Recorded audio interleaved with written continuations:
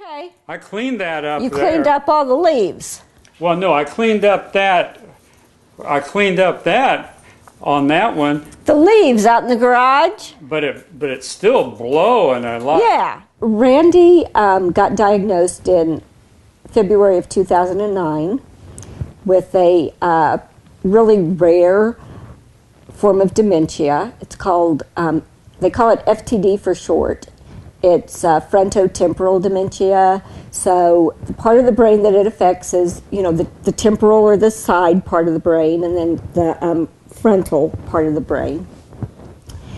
And we saw a neurologist, and we got the diagnosis.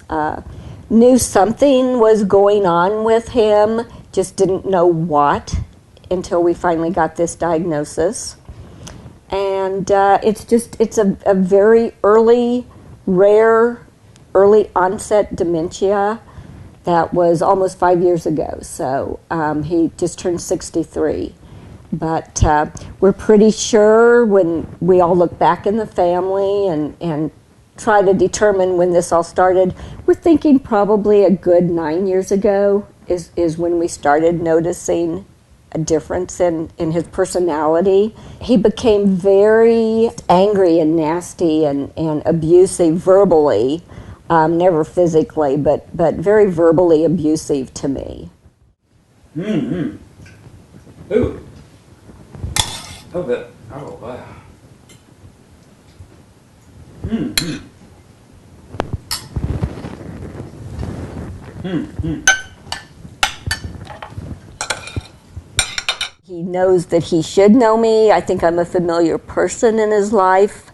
But as far as being able to know that I'm his wife or have any feelings, that a person without this diagnosis would have for their spouse, no. So I don't think he could tell you my name. I don't think he could tell you his mom's name, our children's names. He can't name anybody's names anymore. Do you want a little bit? Mm-mm. You want way more? No, none. Oh, but I could do. Eat it. I do not want it. Okay, yeah, I'll do that because it wasn't very much. This disease and having to deal with placing him eventually, it's heart-wrenching. You go through tons and tons of guilt over it, questioning whether you're doing the right thing. So it's a horrible, horrible decision that you have to face. Living with Randy now is like pretty much living with a stranger.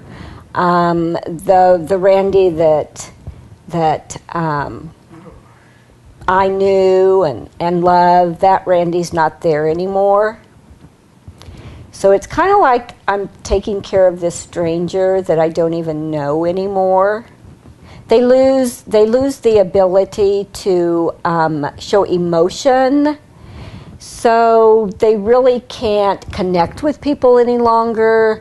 There's no display of affection. There's no empathy for people.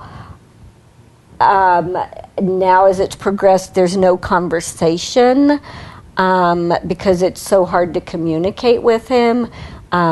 He doesn't really converse with me. I lost the man I know as my husband a long time ago. And so not only, have I lost a husband, the boys have lost their dad.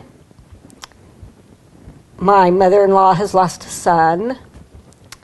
And,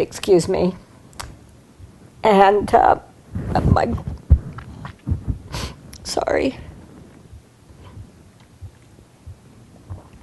And our grandkids, really, they've only known him like he is now.